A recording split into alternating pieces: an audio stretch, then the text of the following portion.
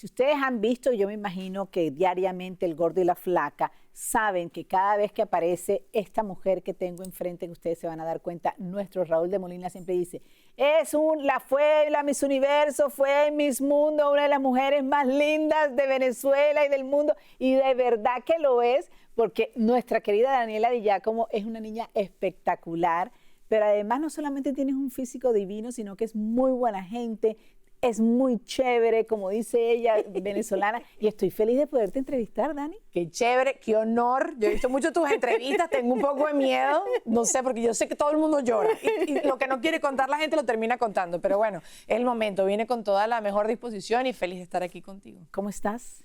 Bien, chévere, muy contenta y qué rico, totalmente inesperado. Me dijeron, ven que vas a venir a hablar con Tania. Y yo, ok, y ya está, pero estoy viendo cómo está esto y ay. Pero sí, esto es para contar la historia de cada una de las personas que siempre ven los televidentes y que quieren y que nos abren la puerta diariamente, ¿no? Es como decir, la gente quiere saber, por ejemplo, cómo fue que tú iniciaste en el mundo de la televisión.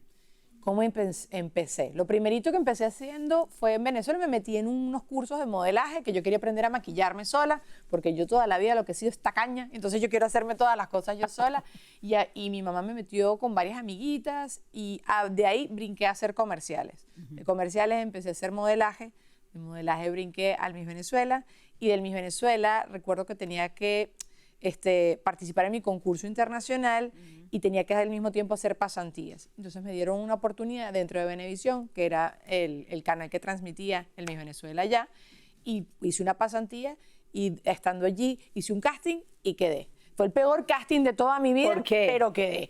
Me acuerdo que me maquillaron con un crayón dentro del ojo, que me dio su alergia. Entonces todo el casting, y nunca había leído teleprompter, entonces era como llorando en pleno casting y eso, y unas lágrimas negros así, pero bueno, gracias a Dios todo funcionó a mi favor. No sé si, sí, o sea, sí, era como el momento perfecto e indicado, era un tiempo corto que yo tenía que hacerle la suplencia a alguien, pero eso me probó a mí que era algo que me gustaba, me ponía yo a escribir mis propias piezas, o sea, fue de cero a nada, estaba en plena universidad, tenía que escribir, tenía que editar, me paraba frente de la pantalla, así. Todera. Bueno, ¿quién no es todero hoy en día? Pero sí, 4x4. A mí me dijeron, todo el mundo hace de todo. Yo, bueno, yo también hago de todo, pues. ¿Qué estudiaste? Periodismo. Periodismo. Y entonces tú entras al Miss Venezuela porque estaba de moda, porque yo siempre digo, y con todo el respeto para todas las venezolanas se creen Miss Universo y todas las venezolanas quieren ser Miss Venezuela. Eso no es. Bueno, hay mucha cultura en los concursos de belleza porque Osmel Sousa trajo muchas reinas a Venezuela. Entonces siempre se generó este dicho fabuloso que yo me lo quedo y me lo recibo y me pongo contenta de tenerlo, de que Venezuela es un país de mujeres muy bellas. Yo era deportista, yo hacía natación, yo estaba federada en natación, yo tenía mi cabello rulito, yo no utilizaba maquillaje. El año 2004, el que era de mi agencia, pues, me lleva a la Quinta Miss Venezuela y me maquillaron muchísimo, tenía capas y capas de maquillaje, entonces él estaba en otro auto y me veía y me decía, deja quitarte el maquillaje, yo me hacía así en la cara porque no me sentía yo. Ir a la Quinta Miss Venezuela, te ponían con un traje de baño y te analizaban, ay, si tienes que comenzar a hacer gimnasio y todo esto. No me sentí yo. Entonces ese año yo decidí, yo me voy a desaparecer de esto y me escondí y nadie me volvió a ver. Pero el año siguiente, las mujeres cuando terminamos las relaciones o nos cortamos el cabello, inventamos un cambio radical. Y yo dije, yo quiero hacer esto porque se me había presentado muchas veces la oportunidad. Y dije, no quiero llegar de viejita y arrepentirme de que no hice esto. Honestamente tenía cero expectativas de ganar, de llegar a ningún lado participando en ese concurso. Inclusive siempre Osmel me señalaba con un láser y decía, así no tienen que venir. Yo venía de clase en chancletas, ¿sabes? Yo súper cero entregada y cero comprometida verdaderamente con la causa, sino que simplemente quería vivir la experiencia. Aprendí muchísimo y fue al día siguiente de mi participación en Miss Venezuela que yo dije, ok, el concurso internacional sí le voy a poner alegría, sangre, reggaetón, pulmón, todo lo que hay que poner a un concurso de belleza. Pero en verdad yo no, siempre lo veía el concurso como tal, pero nunca me imaginé necesariamente estar allí. ¿Y qué había pasado en tu vida que dijiste, bueno, ok, ahora sí voy a hacer Miss Venezuela para demostrarle a alguien y que me vea en cámara o que me vea en un podio como ganadora o tal vez participante? ¿A quién se lo quiere? Yo creo que uno siempre tiene eso como el trasfondo a sus papás, ¿no? Pero bueno, mis papás, honestamente, conmigo siempre confiaron mucho en mi proceso. A mi mamá y mi papá siempre, como era un mundo totalmente desconocido, el tema del modelaje, el tema de la televisión, el tema de los concursos de belleza, ellos confiaban mucho. Y yo siempre fui viejita. Desde chiquita fui una persona súper centrada, correctica, más bien me pasaba para el otro lado de aburrida. Pero creo que era como una cosa más para mí. Después de participar en el Miss Venezuela, quedo para el Miss International, hablo con una compañera y ella misma me dice como, no, yo quería ir al concurso al que tú fuiste asignada. Y yo, ¿en serio? Sí, entonces me empieza a decir por qué estaba tan enamorada del concurso. Y yo decía, mira, tan malagradecida yo, ¿no? Tan malagradecida yo que el universo sí me puso allí y me está dando esta oportunidad, ahora sí. Y cuando voy al Miss International, que es Japón y China totalmente, no existía ni el BlackBerry teníamos, estaban bloqueados todas las páginas donde los misólogos hablaban de todo el concurso. Yo no sabía cómo me estaba yendo, pero yo sí le puse mucho corazón y dije, por lo menos si me voy a decepcionar, si me voy a agarrar el golpe de que no fue para mí, por lo menos hice todo lo que estaba dentro de mí. Porque sí, después a lo largo de mi vida, te queda un poquito ese arrepentimiento que no entregaste todo. Entregué el 99%, hice dieta, ejercicio, hice todo, pero no entregué el 100%. ¿Qué fue ese 1% que te faltó? Siempre creo que va a ser un miedo al fracaso. Yo soy de esa gente, desde muy chiquita, siempre me preparo para una mala noticia. Pero espérate, ¿no ganaste Miss International? Gané el Miss International, no gané el Miss Venezuela. En el Miss Venezuela es que te digo que tenía esta actitud medio desganada. En el Miss International sí lo gané, que fue cuando te dije, me dormía con mis rollos térmicos, que amanecía todos los días con unos espasmos musculares que no me podía mover, pero yo era la mejor peinada, la mejor vestida, la que llegaba temprano, la que se iba más tarde. O sea, te lo mereciste. Bueno, muchas muchachas también, ¿sabes? Le pusieron, pero yo me lo gané. No, a mí no me regalaron absolutamente nada, yo eso me lo trabajé. Y era para mí, estaba escrito en mis estrellas, porque también creo, y es algo que sin duda estoy segura que tú también lo has visto, hay mucha gente que le pone muchas ganas, pero si no tienes la estrella, si no era para ti, era otro camino para ti. Y para mí, yo tengo hoy en día la certeza 100% que ese era mi camino. ¿Te funcionó para tu vida, te sirvió para tu vida ser Miss Venezuela y ganar un concurso de belleza? Nunca lo voy a saber, porque también mi vida es esa, ¿sabes? No tengo la otra referencia. Hay mucha gente que se queja que eso como que más bien les puso un estigma, ¿no? Porque es lo que se espera de una reina de belleza, hay unas actitudes, pero como yo no me siento reina de belleza, nunca, siempre he sido así, muy relajada, muy como me ven en las redes sociales, entonces nunca me creí tanto el cuento. Yo sí creo que me abrió muchas puertas, me enseñó muchísimo, yo creo, fui descubriendo poco a poco ahora de grande que soy introvertida. ¿Pero de dónde? No lo sé, Tania. Algún cuento me habré echado yo. Bueno, quizás a mí esto no me encanta, pero para adelante, ¿sabes? Para adelante, como decimos en Venezuela. Y entonces he descubierto subirme el volumen y bajarme el volumen. Y eso lo descubrí en Venezuela. Oye, pero yo creo que contigo se rompió ese molde y ese estigma de que las reinas de belleza no son inteligentes. Bueno, muchas. Para no decir lo otro, porque sería... Muchas. Y ese era mi miedo más grande. Siempre, esto siempre lo he contado.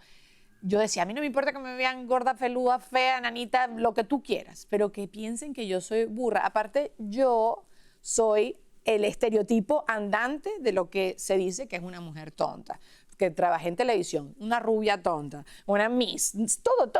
Entonces yo decía, el momento de la pregunta. Y mi pregunta, que yo siempre bromeo con esto, también fue una pregunta tonta. Fue una pregunta muy sencilla, que hoy en día te la responde cualquier muchacha. ¿Qué te preguntaron? Me preguntaron cómo me desestresaba. Pregunta más larga era eso, básicamente. Pero en esa época no existían redes sociales. Yo no estaba tan estresada todavía para saber cómo desestresarme. Y recuerdo como que dije algo súper vago. Y en los concursos de belleza, sobre todo cuando tienes 30 segundos para probar que eres inteligente, tienes que acudir y apelar más al todo el tema de las emociones. Y yo ahí no apelé a absolutamente ninguna emoción. Dije... compartir además mi acento cifrino caraqueño, ¿sabes?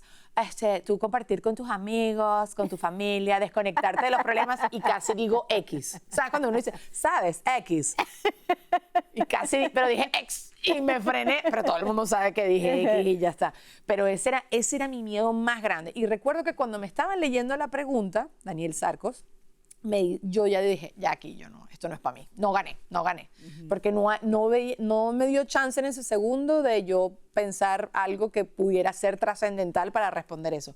Hoy en día digo, me voy a comerte una arepa. Tú te comes una arepa y te desestresas rapidito. Siempre digo eso. De pronto no hubieras ganado, pero hubiese sacado la risa de todo el mundo. Algo hubiese logrado. Sí. No, es lo que te digo, al final sí creo que fue el plan perfecto. Porque después fui a este otro concurso. Si no hubiese llegado al Miss Universo con Zuleika Rivera. Ese es el año de Zuleika. Y mira, no, lo hubieras ganado, quién sabe, ¿no? Quién sabe, pero Zuleika es un caballo difícil de ganarle. Pero bueno, quién sabe. Muy contenta igual con cómo sucedieron todas las cosas, pues. Y entonces, ¿en qué momento de tu vida dices, ay, ¿sabes qué? Bueno, ya yo hice todo lo que tenía que hacer aquí en Venezuela, si es que así lo pensaste, ¿no? Quiero explorar, quiero irme de Venezuela. Bueno, Venezuela ya estaba complicada. A mí me estaba yendo súper chévere, es la típica, pero en verdad me estaba yendo súper chévere. Al regresar yo de mi concurso internacional, literalmente me quedaba terminar el semestre y graduarme de la universidad, y recuerdo como hablar con el que era mi manager en ese momento, necesito chamba, necesito trabajar. Entonces él me mandó un casting. ¿Por qué necesitabas chamba? Porque yo soy de esas personas que necesita estar haciendo cosas en la vida. Si no, me siento culpable de que estoy malgastando la vida y que tengo que estar haciendo cosas. Terminé la universidad, ahorita necesito plata, necesito crecer, necesito el siguiente paso. Me gusta tener el norte claro para apuntar y caminar hacia ¿Querías eso. mantenerte tú mismo, o sea, mantenerte económicamente tú mismo, o tus padres ya te dijeron, ya terminó la universidad? No, gracias a Dios, mis papás son la cosa más cuchi del planeta. Bueno, mi papá falleció, pero fueron conmigo siempre súper cuchi. Yo nunca sentí esa presión. Hasta el sol de hoy digo que si yo todavía pudiera, yo viviera en casa de mis papás. Consentida, y de toda la vida fue así. Eres padre feliz de tenerlo. Divina. No, yo feliz así, atendida, consentida. Mi papá cocinaba divino, mi mamá es súper consentidora. No, yo súper contenta. No, fue una cosa, yo de mi vida, ¿no? De echarle ganas, echarle pichón, es el siguiente paso. Y yo sí soy la hija del medio, esa que quiero que mis papás estén orgullosos de mí. Entonces, era como el siguiente paso. Literalmente hago un casting ese lunes y me empiezan a probar en pantalla, y el otro lunes ya estaba trabajando en un programa. Y es lo que te digo, yo no hice nada, yo no hablé nada, hice mi casting con muchas muchachas, o sea, fue así competido, pero me fue bien. Creo que les gustaba que yo fuera relajada, porque en aquel tiempo, y tú lo sabes también, la televisión era mucho más encajonada, claro, y eran todas las mujeres así. Y yo, en cambio, siempre he sido, me paso para el otro lado, en mi país le decimos elegantemente de mamarracha. Entonces, me paso para el otro lado y eso, y quedé, y así poquito a poco se me fue dando eso. Pero nunca tuve presión de mis papás de todo el tema laboral, de tener que irme, nada de eso, de verdad que no. Y entonces, estábamos hablando de por qué te vienes a Estados Unidos. Ajá. Sí, estaba súper bien allá, pero el país no estaba tan bueno. Tenía un programa de televisión nacional y un programa en cable. O sea, yo en las mañanas trabajaba en un canal y en las tardes trabajaba en otro canal. Me estaba yendo súper chévere. Tenía una relación a distancia, pero recuerdo que ya Venezuela estaba peligrosa. Ya también yo decía, el siguiente paso para mí, para seguir creciendo, ¿qué sería? ¿Qué tendría que hacer? ¿Un programa más grande aquí en Venezuela o algo así? Siempre como buscando crecer. No sé si es el mal de trabajar en este medio y en esta carrera, que siempre quieres más. Te acostumbras muy rápido, y yo soy una persona creativa y todo eso. Quería experimentar con YouTube, quería experimentar hacer otras cosas, pero como que nunca me terminé de arriesgar. Y entonces simplemente había una manager con la que yo había trabajado en Venezuela, y le dije, mira, ¿a ti qué te parecería si yo me voy a Miami? El que era mi pareja en ese momento estaba estudiando en Tallahassee. Y entonces yo dije, bueno, mira, quizás me sirve, y si no me sirve, me regreso, no pasa absolutamente nada. No tenía miedo, y creo que también cuando uno no tiene miedo, las cosas fluyen. Y ella me dijo, sí, vente, acá hay muchísimo trabajo, te van a llover las ofertas, se te van a abrir todas las puertas. Y yo, ok, renuncié, te lo juro. Me saqué mi visa y tal, renuncié, mi jefe de Venezuela. Sacaste tu visa de trabajo. De trabajo, la O1 de trabajo.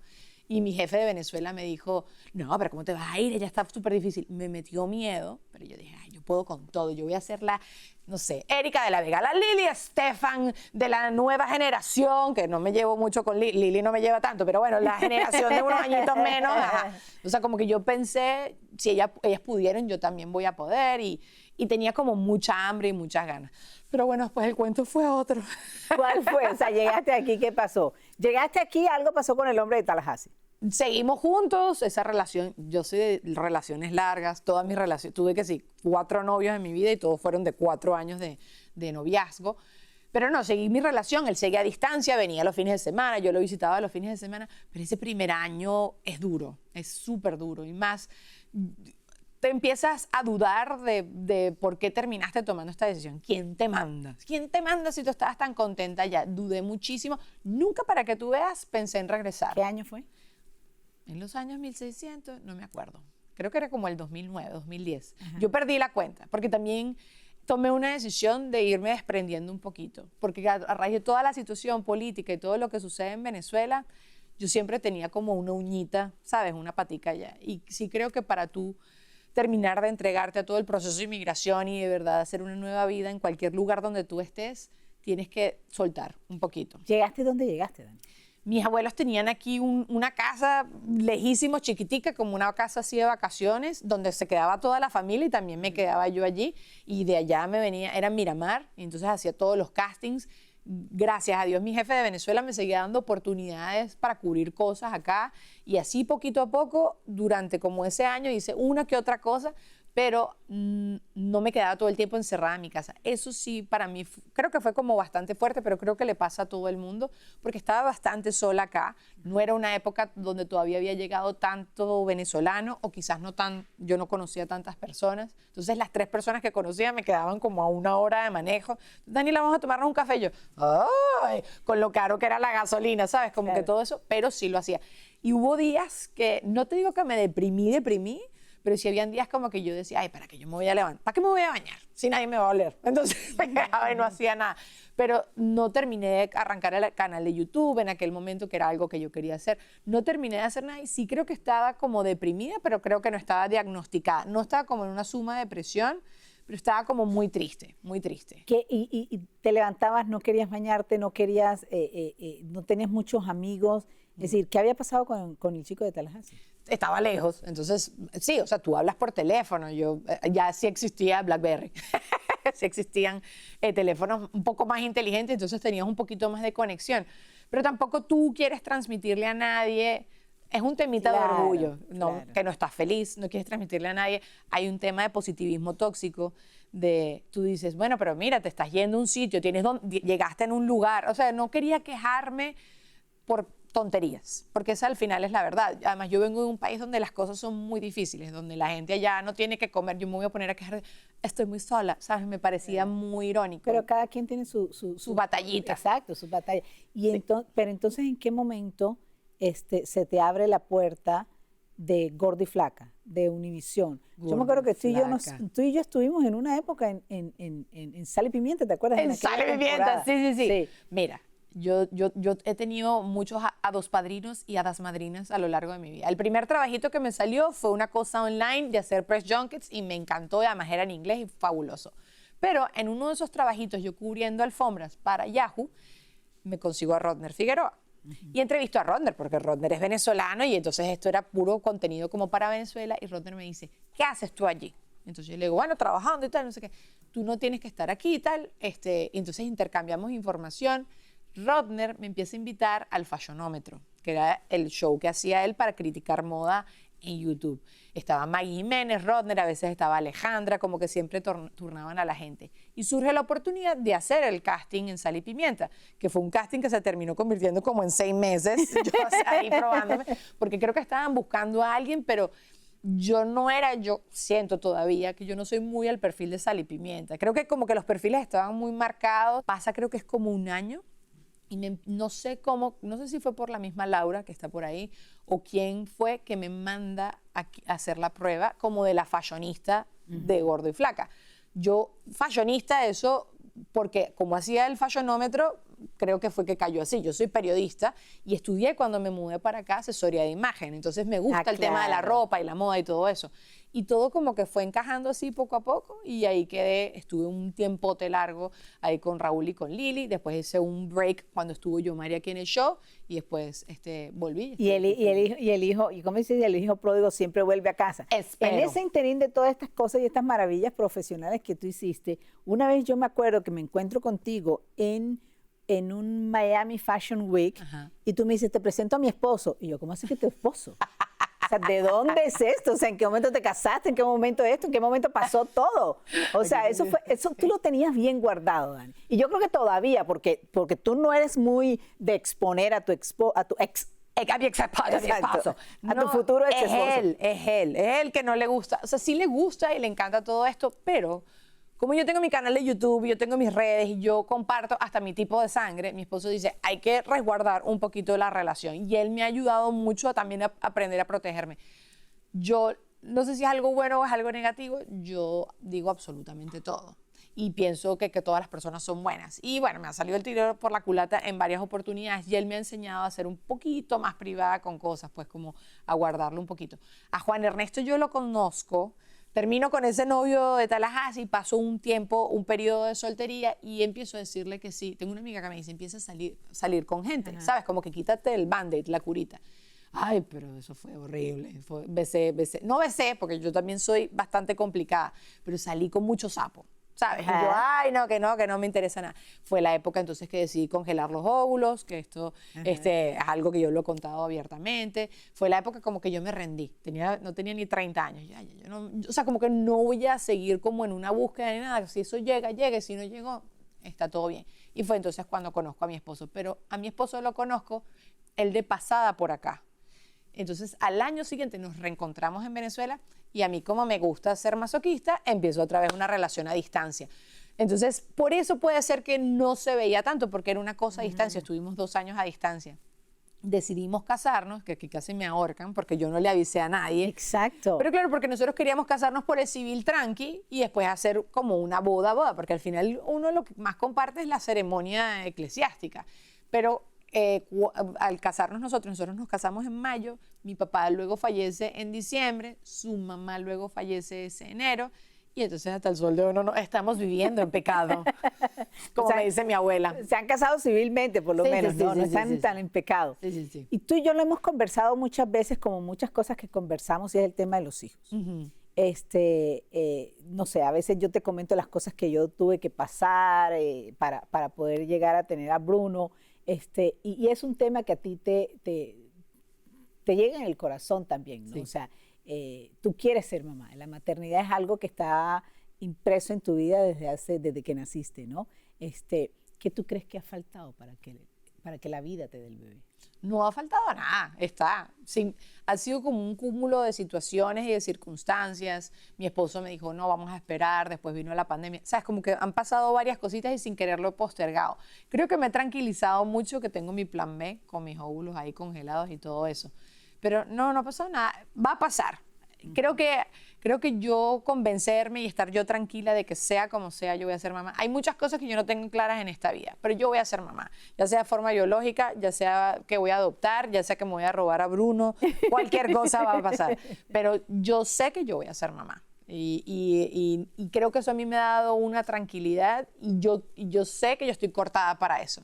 Toda la vida, como bien dices, me han encantado los niños. No creo que haya una cosa más bonita, y me lo vas a decir tú si no es así, que un niño que te traiga al presente. Y nosotros hoy en día que vivimos en un mundo tan lleno de ansiedad, a mí me encanta estar con los niños, me fascina, me parece que es sorprendente vivir esa experiencia de alguien que está sintiendo, viviendo, experimentando algo por primera vez. Me parece que es tan maravilloso verlo con sus ojos, escuchar lo que dicen. Mi sobrino acá tiene un pez, lo está dejando y estaba llorando porque estaba dejando el pez. O sea, ver esas cosas, ver cómo las emociones tan crudas, no sé, me gustan los niños, me encantan. Sé que los niños tarde o temprano van a crecer porque siempre me dicen eso. Sí. Tú vas a ser mamá y después van a ser grandes en algún momento. No me importa, como que todo ese proceso creo que es tan maravilloso. Ver reflejado a mi papá, que ya no está conmigo, verlo reflejado en un niñito, así sea como le crece la uña, o sea, no me importa. Todo eso me parece que es súper lindo, porque también te juzgan mucho de cuáles son tus razones por las que tú quieres ser mamá. Y yo quiero ser mamá porque quiero ser mamá. Y no hay ninguna otra razón más grande que esa. Bueno, hasta ahora no. No existe. Quiero ser mamá porque quiero ser mamá y listo. O sea, claro, pero hay temas a veces de salud que yo veo que hay gente que les pone muchos frenos. Hay personas que sí no quieren negociar el tema de un vientre en alquiler o no quieren negociar adoptar. Para mí todo eso es cháchara. Yo quiero ser mamá y yo voy a ser mamá como sea y un muchachito va a crecer conmigo y yo lo voy a regañar y yo no lo voy a engordar porque no cocino. Te amo por esa decisión. Sí. Quienes hemos congelado los óvulos, sabemos que no es un proceso fácil, ¿no? Que el proceso para poder hacerlo es doloroso, estresante, angustiante, mucho. Pero cuando tú tomaste la decisión, ¿qué pasaba en tu vida para decidir, tengo que congelar los óvulos ya? Mi mamá estaba pasando por un cáncer, que creo que eso fue como...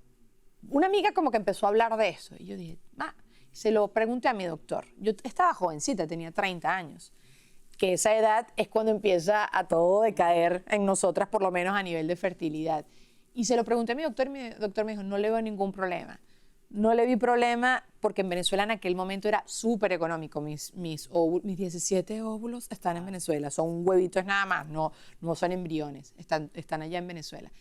Es lo que te digo, había salido con varios muchachos, varios hombres, nadie me daba nota, nadie me inspiraba nada. Yo casarme por casarme, eso de, ¿sabes? La listica, yo eso no te lo tengo. Además, yo vengo de un papá y una mamá que siempre como que me reforzaron mucho eso, como que tú no necesitas a nadie para estar bien y no estar feliz. Obviamente me encanta estoy felizmente casada y sí creo que nosotros los seres humanos nacimos para estar casados, pero si no se me daba, no se me daba. Sí quería ser mamá. Entonces yo dije, esto para mí es un no negociable. Y se fue dando todo poco a poco y por eso tomé la decisión. Estaba como, mi mamá había tenido estaba pasando por ese cáncer y entonces el doctor me dijo, bueno, eso también, uno tiene que ser como un poco precavido con eso. No estaba consiguiendo pareja, ya me había puesto a leer bastante y había visto que en verdad se decaía todo el tema de la fertilidad. Dije, económicamente en ese momento era un chiste en verdad lo que se tenía que pagar. Entonces ya, obviamente, no sé, todo como que encajó. El universo, o sea, es lo que te digo, a veces uno tiene que escuchar y dejarse llevar y yo escuché y me dejé llevar. Dije, si después esto no lo uso, hasta he llegado a considerar en donarlos, claro, o he llegado a considerar en, sí, o sea, lo que sea, pues, si mi hermana quizás también tenía problemas, qué sé yo, que mi hermana los utiliza, qué sé yo.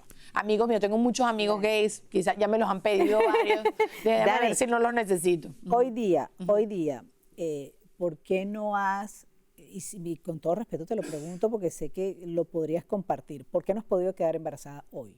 ¿Te estás cuidando, no lo estás programando? Estábamos cuidándonos, no era el momento como indicado, no nos sentíamos cómodos, mi esposo quizás no se sentía en ese momento cómodo, de repente entonces pasó lo que te digo, lo de la pandemia. Fallecieron. Pero hoy día llevo varios meses, porque mi hermana viene y me dice, sí, o como que dejé de cuidarme, ¿no?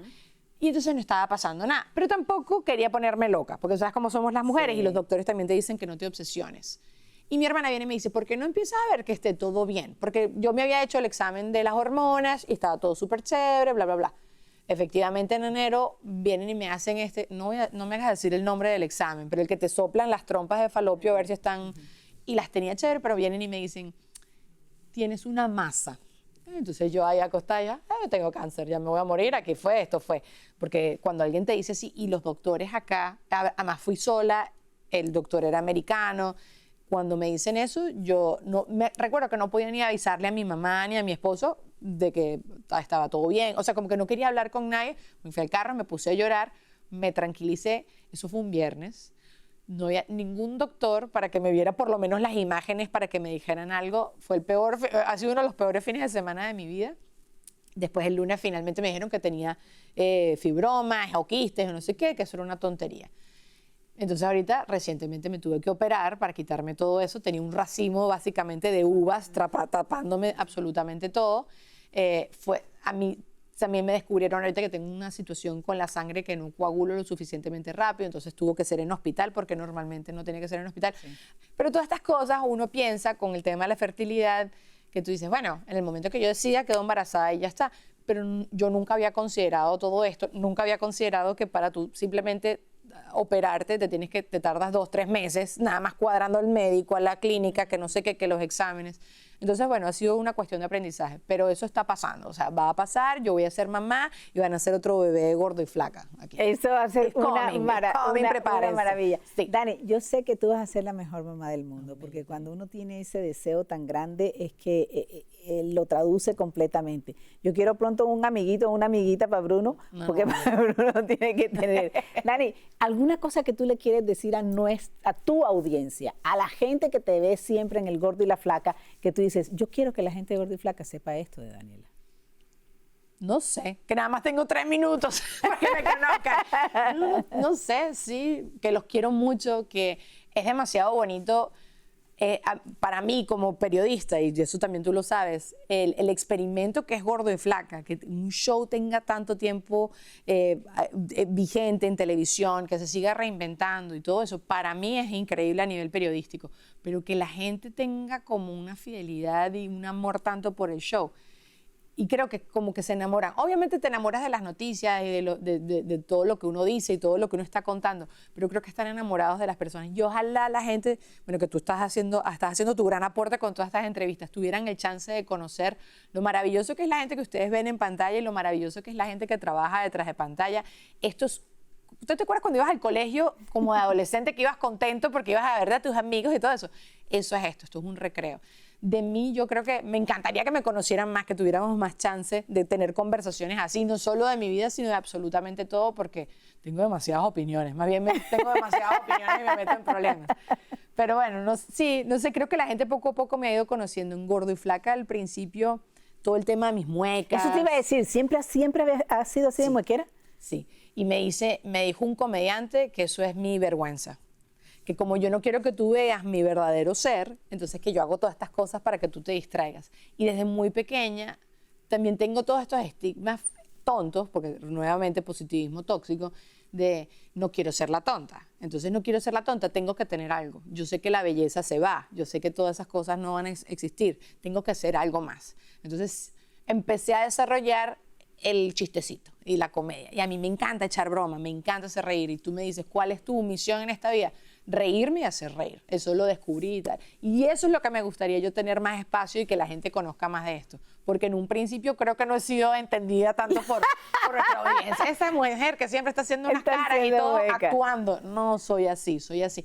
Y no sé si hablo, que es algo bueno en algunas ocasiones, pero es algo muy malo porque si alguien está diciendo algo que no me gusta, tengo subtítulos en la cara todo el tiempo. Entonces me he metido en muchos problemas. Pero sí, me gustaría tener más oportunidades para que nos conozcamos más. Eso es todo. Y que los amo y que los agradezco y sea como sea, para buenas o para malas, la gente me ha recibido en su casa porque estoy en el show, no por más nada. Dale, muchas gracias, te quiero mucho. Sí, yo más, Tania. Gracias. Una bella.